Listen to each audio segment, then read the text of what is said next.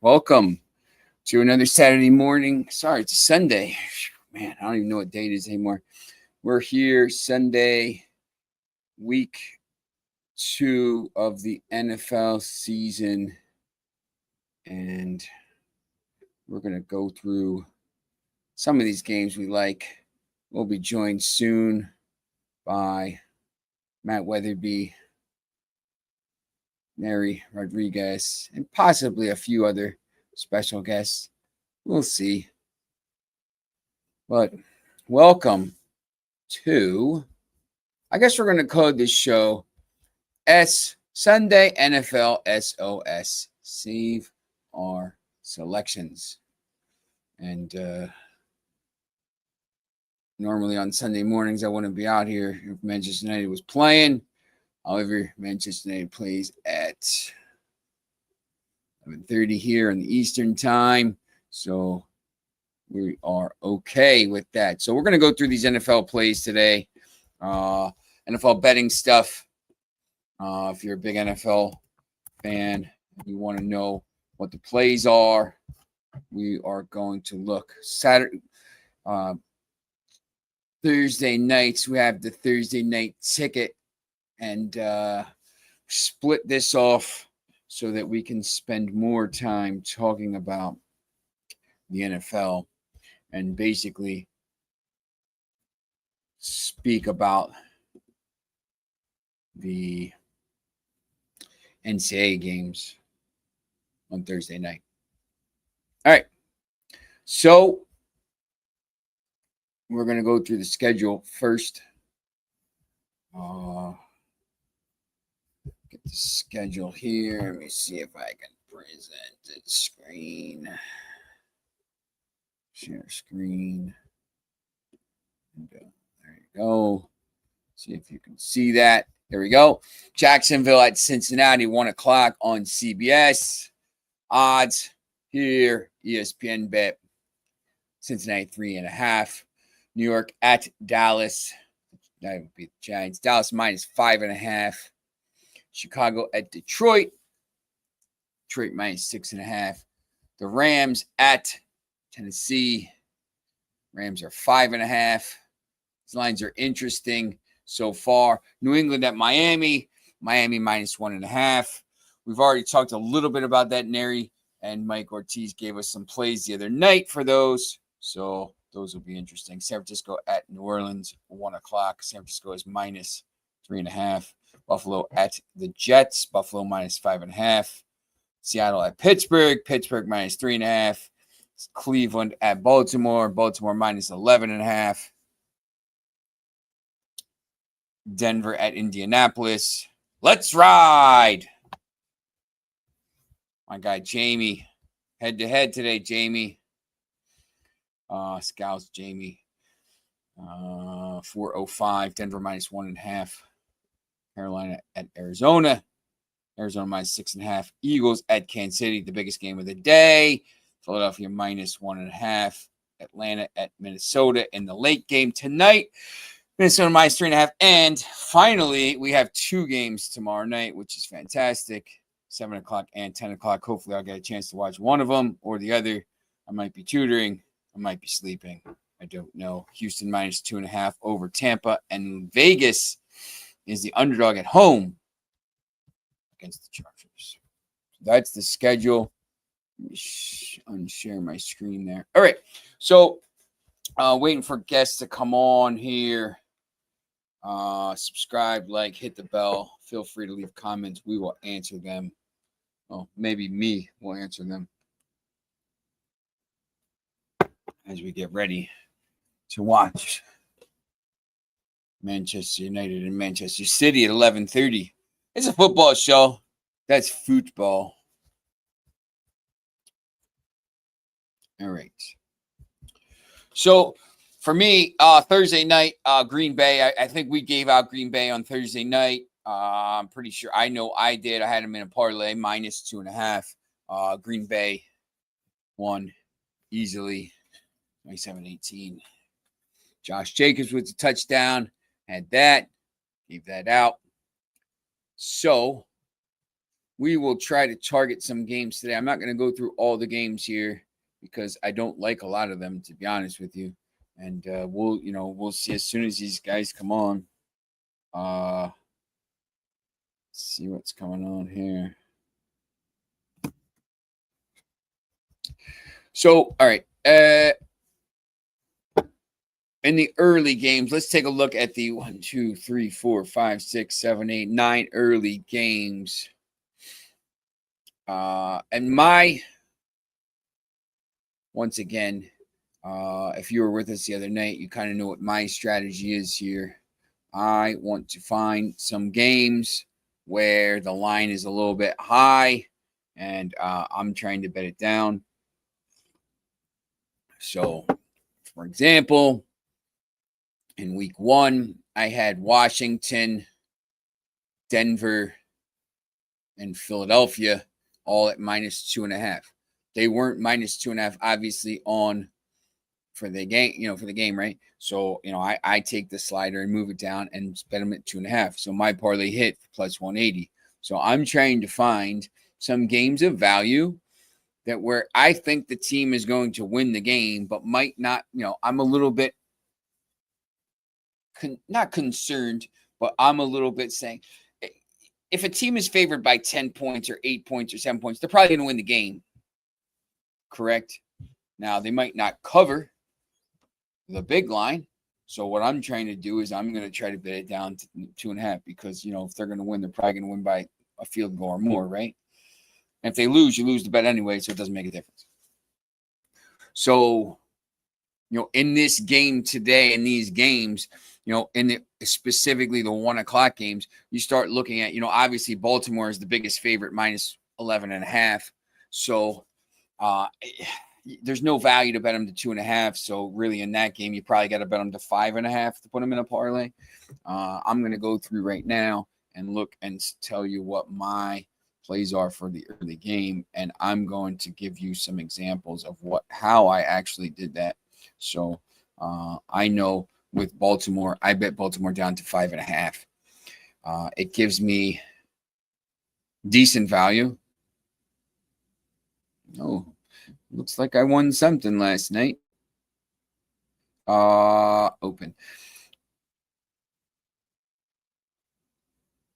I have a lot of plays in that one game tonight. All right, so I have Dallas -2.5, Arizona -2.5, Buffalo -2.5, and Baltimore -5.5. So 5.5 for Baltimore. I bet it down. The spread alternate total is going to be -259. So look, it's not optimal, but as long as you can get it inside this number, 259, whatever it is, I need 240, -250, something like this. As long as it's not -500. If you -500, I don't see the point of doing it. So all these bets I have right now, I have, the Ravens -5.5 is -259. Cowboys -2.5 is -194. Arizona -2.5, -233. Buffalo -2.5 is -245. All these spread alternate totals, and it adds up to plus 322, which is a decent parlay, I think, right? We'll see. I have some other ones. I'll go through my other ticket right now. Might as well go through it, right? Dallas money line, Rams money line, Cardinals money line, Bengals money line, Steelers money line. Steelers the only one I'm a little bit I put it in at -148. 40 pays plus 636, so 40 pays 294. I'm gonna take a chance of that small parlay since we hit pretty big during the week. Hit a parlay on Thursday night. I hit a bunch of soccer parlays. Obviously, as I'm a soccer bettor, as you can see behind me and on my ink. So I try to, depending upon how I do during the week, try to condition my plays. I'm not one who's going to bet $1,000 on a game. I'm not going to bet $100 on a parlay. I'm not going to bet these crazy, I don't know. I'm not saying crazy. For me, they are. But, I'm not someone who's going to do that. If you're watching, you can do that. But, me, It's not something that I want to do. So.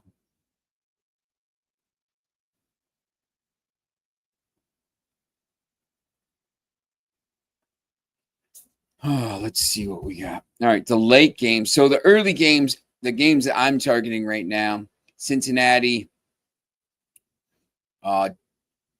Dallas,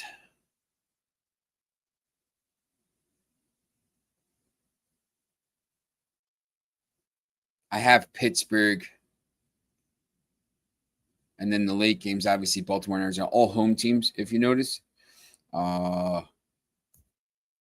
early in the season.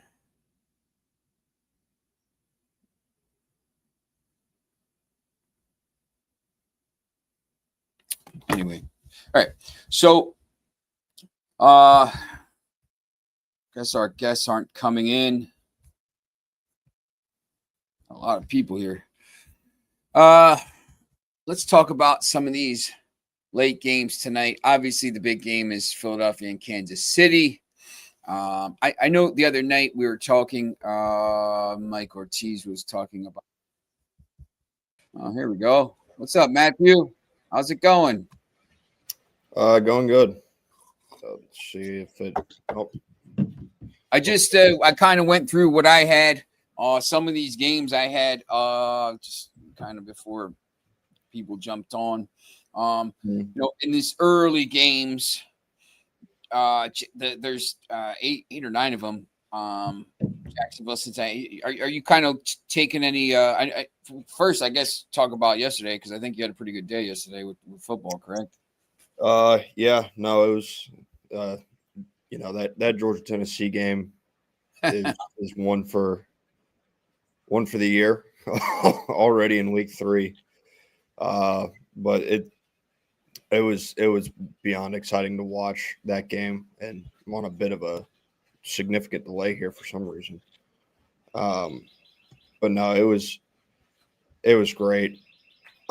Just being able to win that football game when it felt like everything went against Georgia. Like if you had a game plan, that was not the game plan that you draw up. Tennessee hit their explosives. They were able to run the football. You know, they scored 3 straight drives, and yet you still were able to steady the ship and, you know, take a little luck from them missing that field goal. But after they miss that field goal, you go out, you handle your business on defense, and your offense goes out and gets you a touchdown and a win. Get you out of the stadium. I was going to say, I think we can stop. I think we can basically stop talking about Clemson, Notre Dame, probably South Florida at this point, even though there's 2-1 with 2 ranked wins, and South Carolina, correct?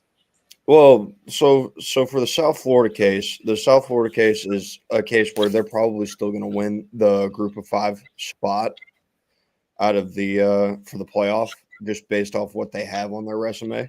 So they'll be like 12th seed. Yeah. Now that Miami game will probably hurt them at least a little bit, just depending on what the other teams look like at the end of the year.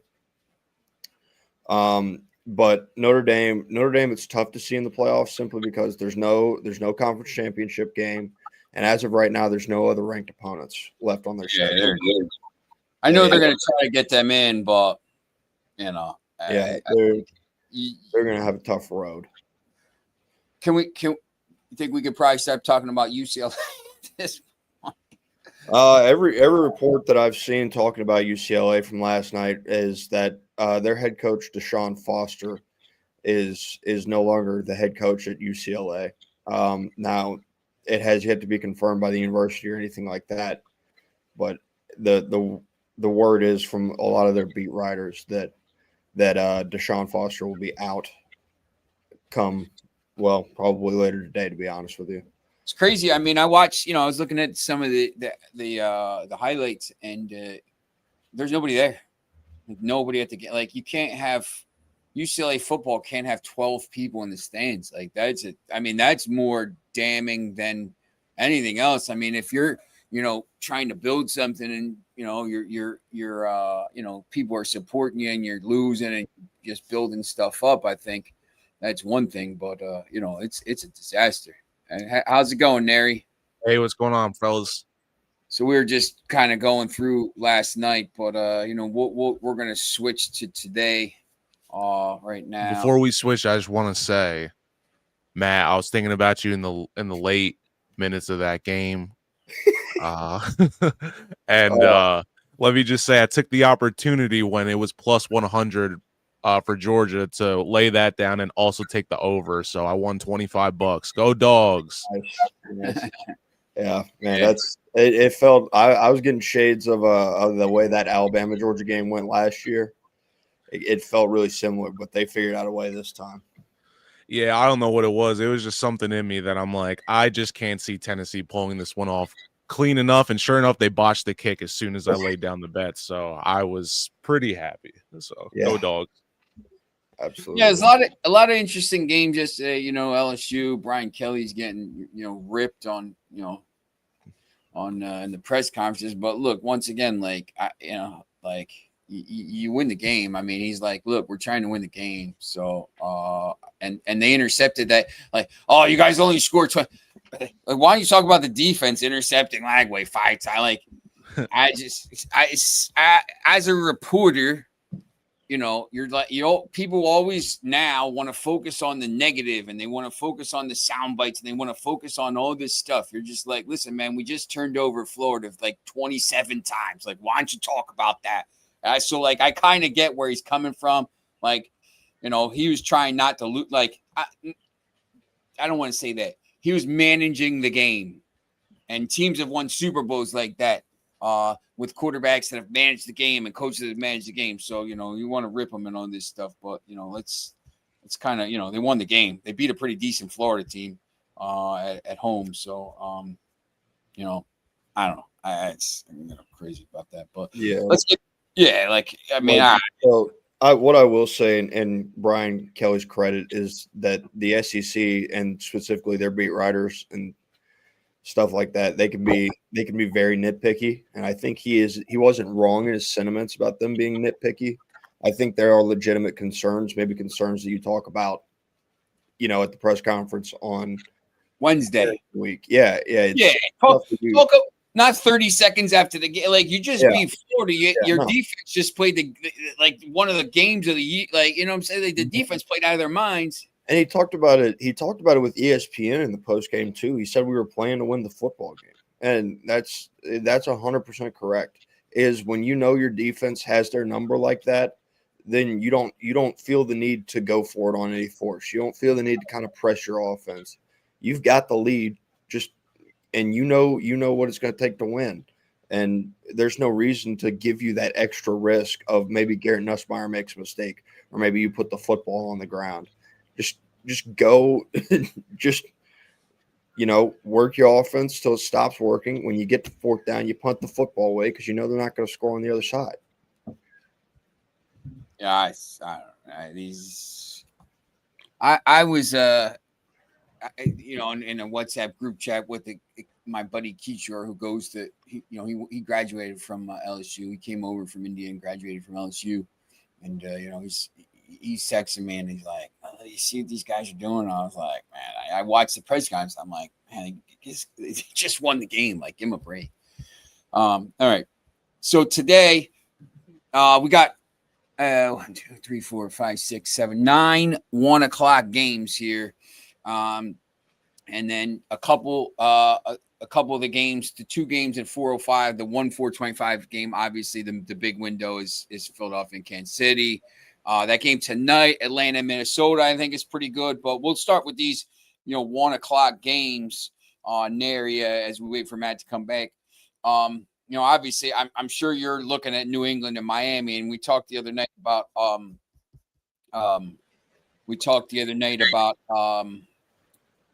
some of the receiving plays and Stephon Diggs and stuff. But that's a big game for both teams, right? Miami and New England early in the season. Yeah, both started out 0-1. I'll be honest with you. Whenever we play Miami, it's always going to be a toss-up, especially going down there. But the thing I'm honing in on, I would say maybe from like a betting perspective, is the Hunter Henry 3.5 catches. I like him for that. As far as our offense goes, I mean, we still have a lot I wouldn't even say Kings, just there needs to be a little more repetition there. I know Keishon Boutte got the workload last week. I'm not confident that he's going to get those touches again, but he very well could. And like Mike said, he likes Stephon Diggs for over 50 yards in that game. But listen, Miami has weapons. You know, they're going to have Waddle going, Tyreek Hill, things like that. I really think it's going to be a toss-up, but obviously I'm going to go with my Pats.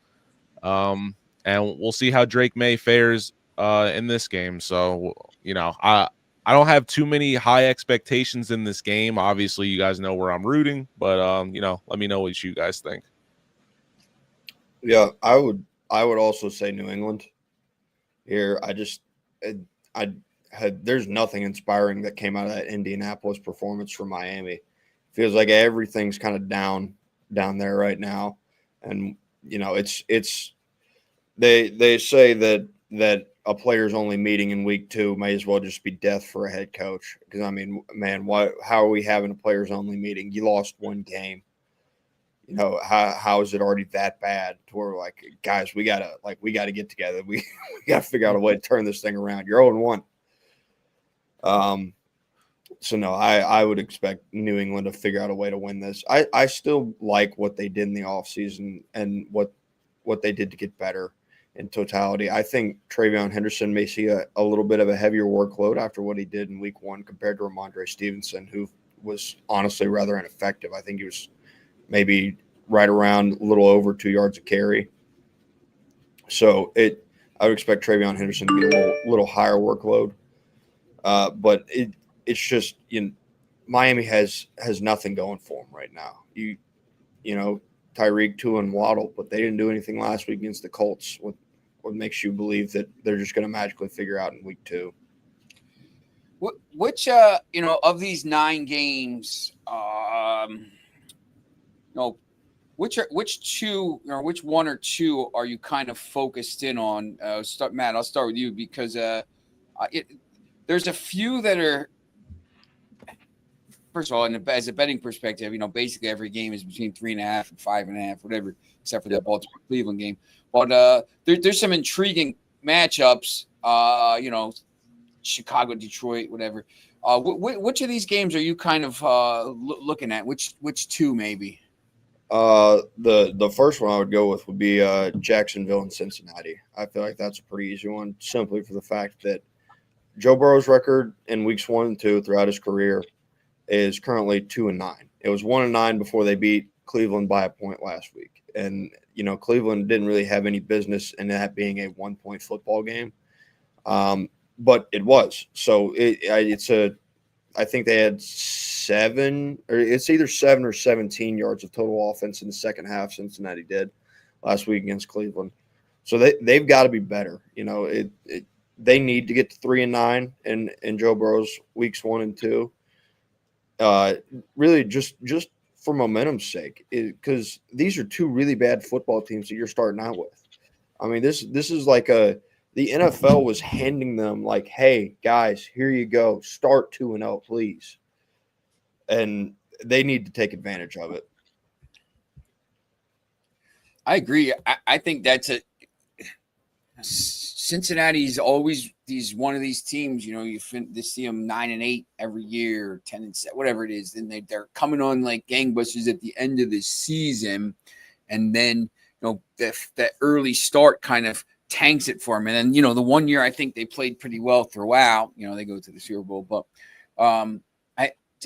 especially in that division. You know, I think they're going to have to, you know, they can't slip up here. They have to basically, you know, kind of go out there and beat Jacksonville. Nary, other than your New England, Miami, is there one of those 1:00 games you're focused in on?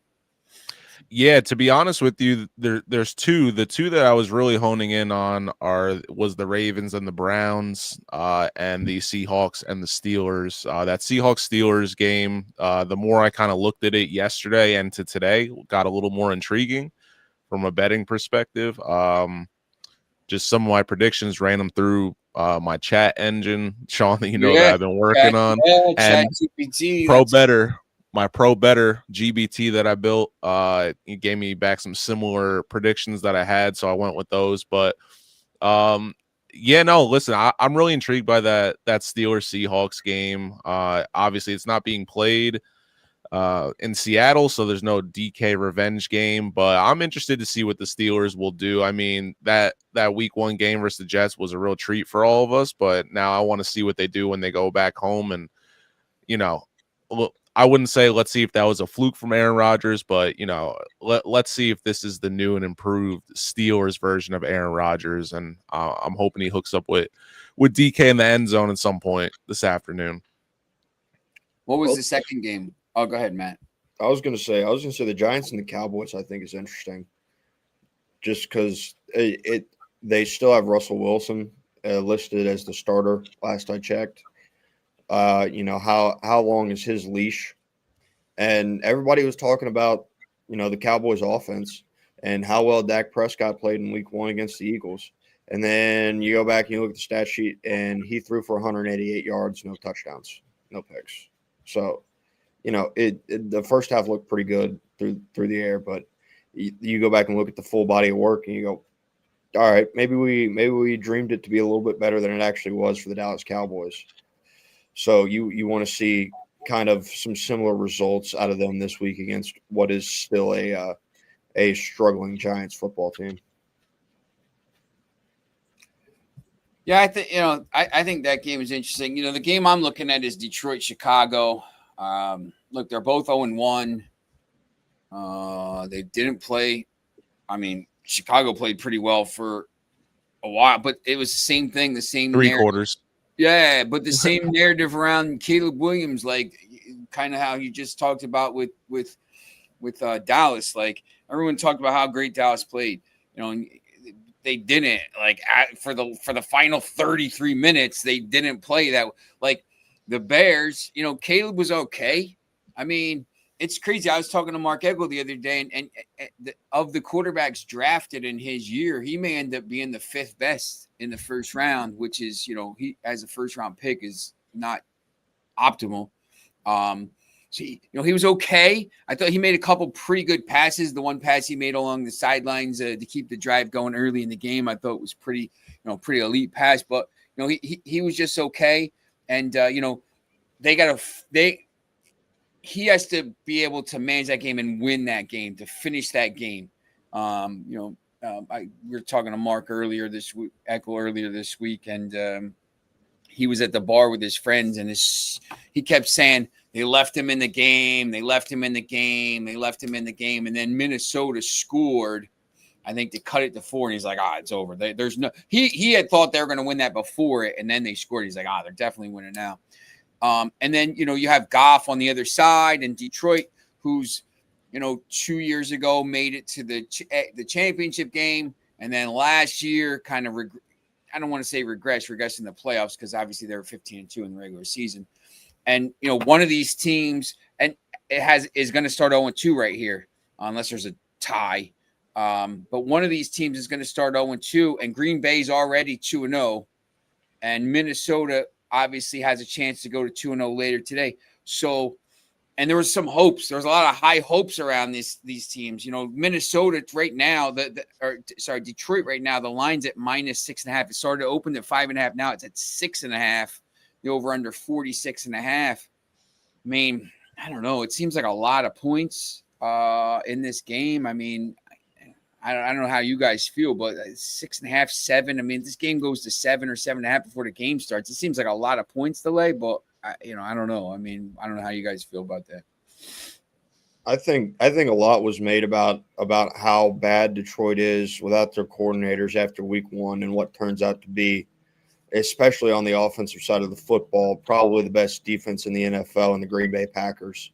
Nice. In a game where Jared Goff was still extremely efficient. He made the one mistake, but you finished with 225, 1 touchdown, 1 interception, and week 31 to 39 too. They did, he's complete a lot of passes, a lot of dump downs, whatever. Yeah, but he took what he was given, and you're that efficient. You put up that stat line against what's probably the best defense in the NFL. When defenses start generally ahead of offenses, then you look at it, you go, okay, now that we got an extra Green Bay game of defense to put under our belt, We've got a better feel about, okay, it's probably a little bit less about them, or it's probably a little more about how good they are and not how bad we are. And the same thing with Chicago and their offense. Man, Caleb Williams looked fantastic for about a drive and a half. And after that, you saw the same Caleb Williams that you saw last year. You saw the same Caleb Williams you saw at USC. Guy who likes to hold on to the football, run around, try to make plays. And it works out sometimes for him, but then other times it doesn't. And he's not playing football on schedule. And his deep ball accuracy is still struggling. That one to DJ Moore in that second half where he had him in the corner and he just airmailed him. Stuff like that, is Chicago going to be able to hit shots when they're available, or is Caleb going to be able to hit the shots when they're available? Because Ben Johnson's going to draw them up. And this is one that he wants probably more than a lot of others on the schedule. Yeah, and it's gut check time for both of these teams, coming off two, like you said, I would say the Lions have more confidence going into them. As Matt alluded to, they played a better team. The Bears, I mean, that was their game to lose. And, you can say whatever you want. I know Caleb was hurting that. J.J. McCarthy got all that praise and whatnot for his spectacular fourth quarter, his NFL debut. So, listen, his deep ball ain't what it needs to be for the NFL. I think Caleb Williams, I didn't want to bash him coming out of USC. I think, this will still be a proving season for him. But listen, in my opinion, I feel like this is the Lions' game to lose. Like I said, they lost a lot of coordinators, things like that. But for some reason, I still feel like they have a good nucleus of players that can be bought in. So I'm not ready to write the Lions off just yet. But, without a doubt, they are not what they have been these last two seasons. It feels like it doesn't get talked about as much in the NFL, but those coordinators left. But that culture that they built stayed. Like the Dan Campbell culture is still there. That doesn't leave with those coordinators. Any franchise would kill for at least like a fourth of what they have, because you guys both know it is extremely hard to get guys bought in at this level. And like I said, you still have a great core of players, and you still got Campbell as the HC. So I don't see any mutiny just yet. All right, so we got the 3-4, the 405, the 2 405, 425 games. Denver, Indianapolis, Carolina, Arizona, Philadelphia, Kansas City. Obviously, Philadelphia, Kansas City, rematch of the Super Bowl, 2 of the last 3 Super Bowls, whatever it is. And Kansas City just didn't show up in that game last year. The Eagles steamrolled them. People were shocked about that. It's going to be, I feel like it's going to be a little bit different today. Obviously not the biggest game, in the big stage, but it's a regular season game. How do you do that? Yeah. Early in the season, you mean, or like just not put them in prime time? That is yeah. Super Bowl rematch, man. I feel like sometimes they do this 425 slot has become almost, because when you watch these games, this is just a conspiracy theory, NFL conspiracy theory, which most of these prove to be true. But those the Sunday night games, the Monday night games, like the 8:20 games, 8:15 games, they don't. I feel like they used to be a lot longer. Now they kind of try to speed them up. They don't want these games to be 3.5 hours. Now this 425 game, man, they stretch this game as long as they can because they're trying to run it as long as possible into the 8:20 game. So, man, these games are super long and all these commercials. So I feel like sometimes those games are even like bigger games than specifically for the like Fox or CBS who gets that game, because everyone's got their eyes on it. But obviously the Eagles and Kansas City is the big game for me. Denver and Indianapolis is big because Denver, both teams have a chance to start 2-0, and Indianapolis was unbelievable last week. We'll see what Daniel Jones does against Denver's defense, but it's an interesting game because if he does play well, I think Indianapolis fans obviously have some hope because there is talent on that roster, and I think people thought they were going to be better than they were the last couple years. And then Carolina, Arizona. we talked about this before the season started on the preview show. Arizona has a legitimate chance here to start the season 5-1, 6-0, something like this. Get really, really with their schedule, and they can stay hot. They're favored by 6.5. Before we get to Eagles and Kansas City, between those other two games, is what are you guys kind of targeting in those first two? It's obviously the Denver and Indianapolis game. That's the game you look at. The other one, Carolina's playing football in. So, sometimes maybe the good Carolina will show up, and a lot of times the bad Carolina shows up for them. So, but in terms of Indianapolis and and Denver, Indianapolis offenses has some good pieces around it. They've got a solid offensive line. If they drafted Tyler Warren out of Penn State, who was the best tight end in the country last year, the most versatile tight end in the country last year. But they also have some weapons on the outside. And when you mix that with Jonathan Taylor, if the trigger man is right, and Shane Steichen has installed a real sense of belief in Daniel Jones, then all of a sudden you look at this Indianapolis team and go, hang on a second. They might have a little something. And all of a sudden, Houston probably has some competition for that AFC South title, because the Josh Downs and the Michael Pittmans of the world are really good receivers, but no one's been able to get them the football over the past couple years. Yeah, for sure. I mean, Arizona, Carolina, I feel that's going to be some empty calories. I mean, I'm hoping Chuba Hubbard comes through with a couple of rushing yards, maybe a TD, but I won't hold my breath. But yeah, the Denver Colts matchup, really intriguing. Sean, I was going to joke, did Daniel Jones revitalize the Colts? I know it's only one game, but who knows? Matt alluded to it. I really like Tyler Warren coming out of this draft. I went as high as to say he might be the most versatile athlete. I know he's not the fastest, but still, he was incredible at Penn State. And yeah, they got weapons like Michael Pittman Jr. and the pride of Salem, New Jersey, Jonathan Taylor. So I am very interested to see what the Colts are going to do. I think they'll give Denver. I think we'll get a good game. I'm still going to give the advantage to the Broncos, but yeah, I don't see a reason why if they grab this one today, they shouldn't be the threat above the Texans in their division, though. So let's see what Danny Dimes got. Yeah, I'm very obviously interested to watch that. Arizona, Carolina, you got the two quarterbacks, pretty similar, Young and Murray. This is Arizona's chance, though. Yeah, 100%. They need these games because they're low pro. They're low pro. This is their time to just sneak in those wins. The Saints they beat, the Panthers they have, at 49ers, Seahawks, Titans, at the Colts, which could be a tougher game there. And then, they got the Colts, Packers, Cowboys, Seahawks, 49ers, Jaguars. The schedule gets a little tougher, but, Saints, Panthers, 49ers, Seahawks, Titans.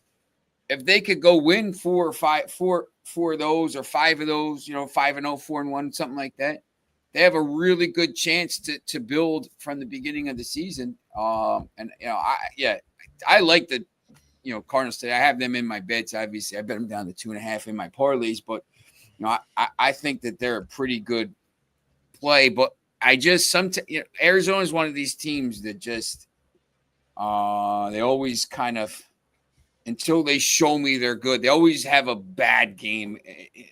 They're never one of these teams like the Chiefs or the Eagles or something like this, where they're going to win 12, 13, 14 games. All this, they always have this bad result in them for some reason.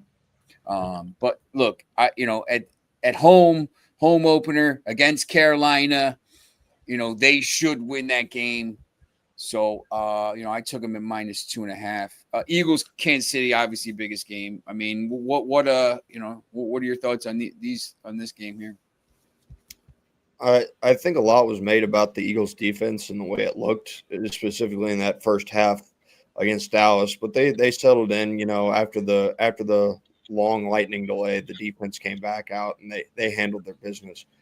But that first half felt pretty pretty indicative of like you felt the loss of Jalen Carter on that Eagles defense. Their run game was leaky, and they didn't generate much of a pass rush on Dak Prescott for a lot of that first half. Two things that change, astronomically for Philadelphia with Jalen Carter in that lineup. He isn't that much of a difference maker. He's the team's defensive leader, or maybe not leader, but he is the most important player on that defense in terms of just pure skill level, especially with the green back end. Talked about it. The ability to generate pressure is going to be imperative on Patrick Mahomes, because even while it felt like it was a slow, kind of sleepy start against LA, he still got it going in that second half. And when Patrick Mahomes gets it going, especially with the inexperience that they have, it's going to be tough to slow him down. Yeah, I mean, it feels like all the pressure is on Kansas City in this one. I mean, if I'm the Eagles, obviously you're going out. You're going one of the most hostile environments in the NFL, if not the most. It's loud. But, luckily they were in the Super Bowl. So they're used to those big stages. But, yeah, I mean, listen, I think this is I know it's only week 2, but I just feel like this is a must win for Kansas City. They dropped that big primetime game in Brazil to open the year to a division rival. Can you get some get back versus the Eagles? They're going to have Jalen Carter going. And, I heard in an analysis that, these are arguably the 2 best D lines in football. Going up against each other. We will see today, but yeah, for sure, I think more of this pressure is on Kansas City. I'm not too sure how effective Travis Kelce is going to be this year in general. I definitely think the last 2 years he's been more of a decoy more than anything, but it's really tough to go against Andy Reid. He's got the experience. Nick Sirianni has grown on me a little bit, but it's hard to go against Andy Reid and these guys. So I think by default, I'm going to pick them, but I would not be surprised if Philadelphia were to squeak out a win here on the road. Yeah, I would go in the similar boat, just because I feel like Philadelphia's defense isn't currently at the level of Kansas City's defense, at least on the back end. They don't have a Trent McDuffie back there.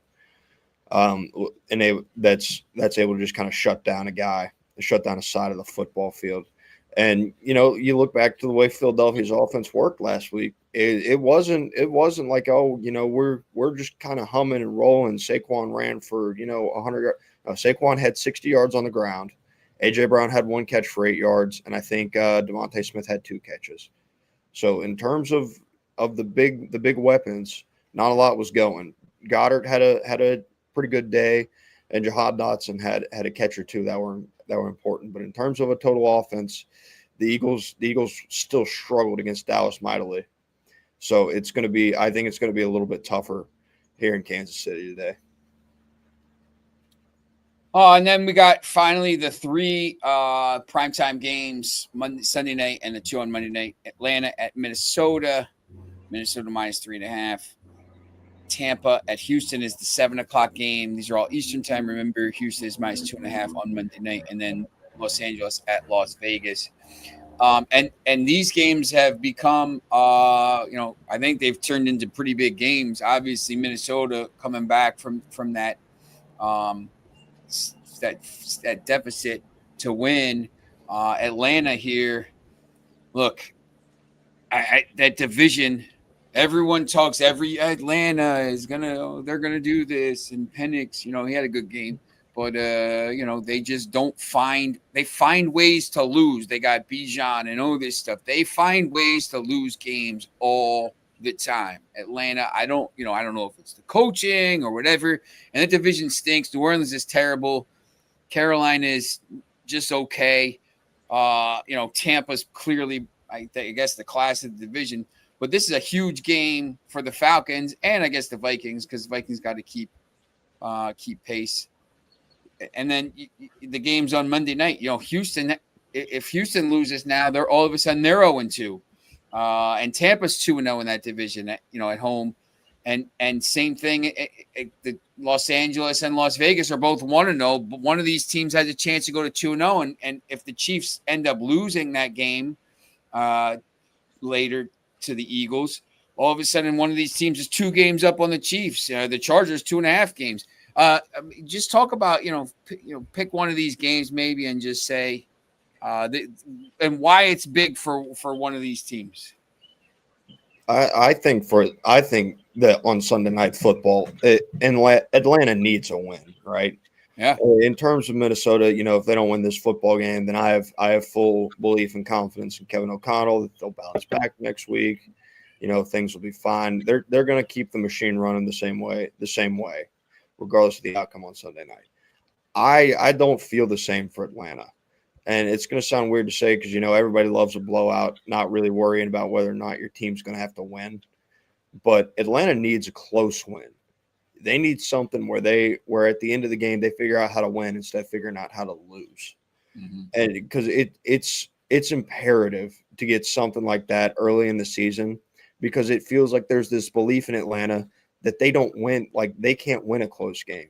And, it's not something that anybody would state publicly. It's not something that anybody, I don't think, is like actively, it's in the forethought of their mind. But I feel like when you get late in that fourth quarter and it's a 1-score ball game, there's something in the Falcons' psyche. It's like in the back of their mind, just sitting there like, kind of, here we go again. How do we screw this one up? And they can't have that, roll throughout the season. They need to see a close one go their way. And so when you look, halfway through the season, because it's the NFL, you're not going to get a lot of blowouts. You're going to play a lot of these close 1-score football games. So when you look up at the midpoint of the season and you see all of these 1-score games, hopefully you're on the winning side of it instead of the losing side, like it feels like they've been so many times over the past 2-3 years. I'm going to give you this real quick too, because I can kind of see something like this happening. So Atlanta they already lost to the Bucs. They're at the Vikings, at the Panthers, Washington, bye, Bills at home, at 49ers. That's 10-19. So, if they don't win tonight, they got Panthers, away, tough game. Commanders, Bills, I don't know. They're not favored in either of those games. And at 49ers, all of a sudden, if they're 1-5 or 0-6, coach goes, and then you start to look at their schedule, and it eases up a little bit. Dolphins at Patriots. Coach could be a tough game. Panthers, Saints, Jets, Seahawks, whatever. There's a lot of winnable games there because I think this team has talent. So, if they can win this game tonight, maybe it changes the whole narrative of the season. Instead of going 1-4 in those first 5, maybe they're 2-3, maybe they're 3-2, whatever it is, and they have this kind of schedule that eases up a little bit. So it's a huge game, but Minnesota at home -3.5. I still think that's pretty. You talk about close games. I think that hook there is tough. I don't know if I would take 3.5. Nary. What are you looking at? Tampa Bay, Houston, or Los Angeles, Las Vegas? I'm excited to watch the Chargers-Raiders game, but I think in terms of importance, the Buccaneers-Texans is huge. We had talked about C.J. Stroud's sophomore slump last year, and I definitely do think it's imperative for him to get a big win. The joke is, Baker Mayfield, but Bucks Baker has been my favorite Baker, right behind Rams Baker. They win a lot of games. They win the division every year. That's they said with Atlanta. They have all this. It's like they're the opposite of Atlanta. They find ways to win these games. Yeah, and the Texans they grab an aged Nick Chubb, and I know they got a couple older NFL veterans there, so they're trying to make something work. It's really important that the Texans get this win, in my opinion. Will they? I don't know. Like I said, the Bucks they're a sneaky stacked team when you look at it. I know what do you call it? Blanking on why am I blanking on their guy's name? Yeah, well, no, the rookie, he's great. Mike Evans. Yeah, Evans. I was gonna call him Mike Williams. I'm like, I know it's not. Yeah, Mike Evans. I'm blanking on it. My bad. But but yeah, they got Roddy White, and like the Bucks. Like I said, they're a sneaky stacked team in a way. So this is imperative, I think, for CJ Stroud to get this win. And then as far as the Raiders Chargers, I mean, I'm just excited to watch that. It's two heavyweight coaches, two team franchises that are really trying to like get right back. Turn the page and change the narrative here. And listen, I was talking with my family yesterday. I mean, AFC West might be the toughest division in football right now. So You're gonna get a chance. You're gonna get a chance to watch that, or you gonna be watching that with Katie Donovan out there? And luckily, oh well, yeah, that's the truth. Yeah, because I will be on the West Coast tomorrow, so I can't use the excuse I was falling asleep during Monday Night Football. I might still. I'm getting up there in age. That's a thing. But, I mean, yeah, as I say, I'm good. Monday, yeah, I can't. 4:00 game on Monday. That's not too bad. Yeah, no. So, and anytime I can shut the eyes before midnight and there's ball, I'll take it. It's interesting when you start, it's very NFL is very big in England now. They built the stadium, the Tottenham Stadium for that. They're building the Manchester United Stadium for that. They're going to have NFL games there, 100,000, all this stuff. But, the games, the 1:00 games are at 6:00 at night. So you go out to the pub at 6:00 and you watch the early, and then, the 4:25 games start at 9:25. So it's almost like a late game. And then the Sunday night games are 1:30 in the morning. I remember being over there one year. Remember when the Cowboys and Giants, one team was 8-7 and one was 7-8, and it was whoever won the division. Yeah. I don't know what year it was, 2014, 2015, something like that, 2012. And that game, man, you got to put the game on. We're not going to be open. It's 1:30 in the morning. So I had to go to the Chinese casino, the Genting casino, and watch the game. And there's all these NFL degenerates out there, I'm trying to make it out to Germany or something. Yeah. Look, the games are at different times, but I always have respect for people that kind of get up, on the West Coast. I mean, because these games, the 1:00 games are 10:00 in the morning, so it's just a different thing. We're here on the East Coast, and that, the East Coast bias is actually real. So it is what it is. I of those three games, I'll definitely get a chance to watch the one tonight. That one on the Los Angeles and Las Vegas. I mean, I'm not going to kid myself. There's no chance I'll be up at halftime of that game. But that Tampa Houston game, I'm going to try to watch that.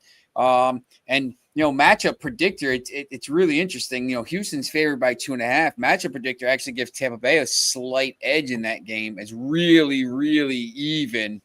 But it's just I would be really interested to see how that game plays out, because Tampa finds ways to win that game, and people are picking Houston to maybe make a run to the Super Bowl in the AFC. But look, you start 0-2, it's going to damper that a little bit. So yeah, what I'll say is I think Houston has one of the best defenses in the National Football League behind Green Bay. Their secondary is fantastic, and I like what they do up front as well with the guys. And they're going to win a lot of games. They're at the Jaguars, the Titans. They got the Ravens and the Seahawks on the road. They play 3 of their next 4 on the road, but they have a lot tougher schedule than some of these other teams, especially the Colts in that division. They got to play. They play the Jaguars next week. Then they play the Titans, but then they got to go at the Ravens, at the Seahawks. Tough place to play after the bye. 49ers, Broncos, Bills, Chiefs, Colts, Cardinals, Raiders. They end the season with the Cardinals, Raiders, Chargers, Colts. They could end up winning that division. At 9-8, 10-7. People were talking about them winning 12, 13 games. I just don't see it.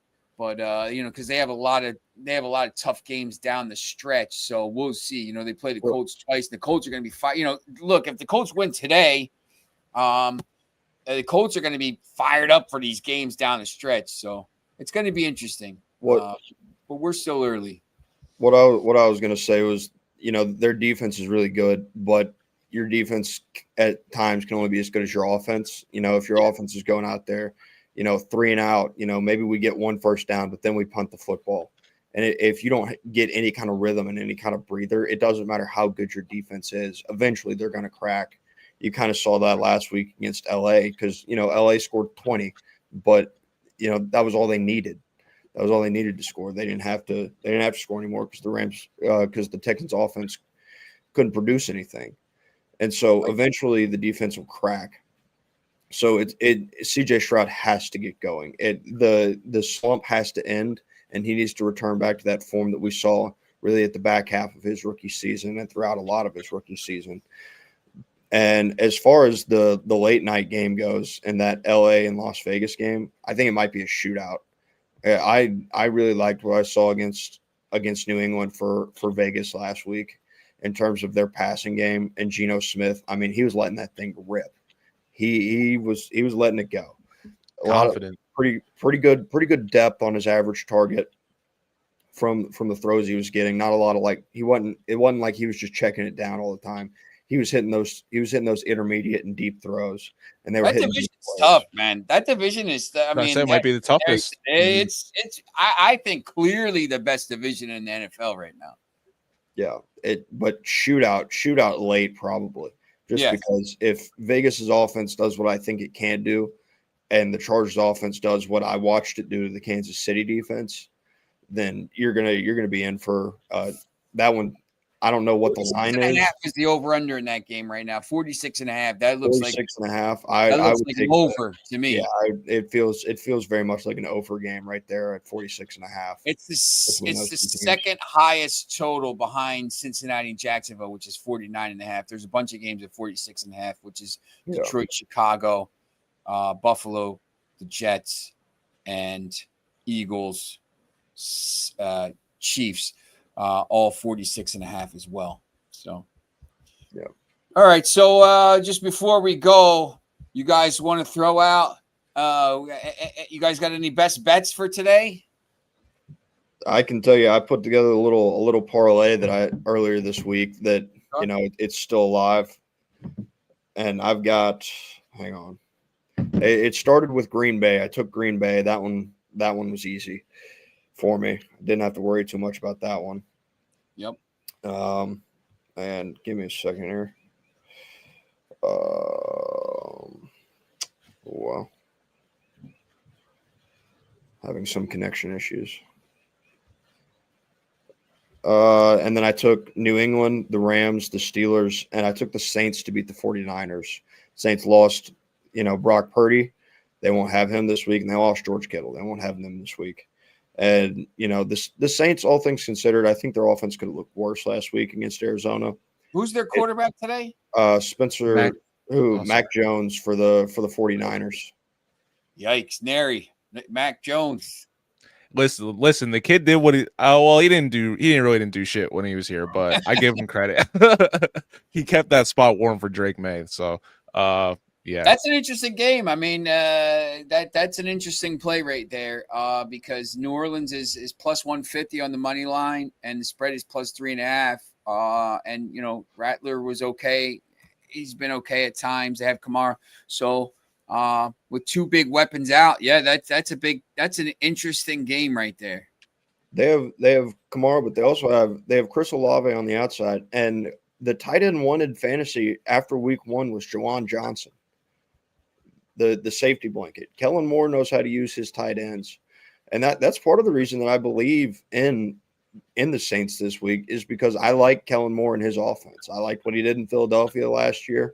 You remember Dallas when they were going really good on offense. Guess who their offensive coordinator was? Kellen Moore. He is a very good offensive mind. And Spencer Rattler's not an awful quarterback. I think people tend to forget that. He's not gonna be a superstar in this league. But he's more than serviceable at the quarterback position.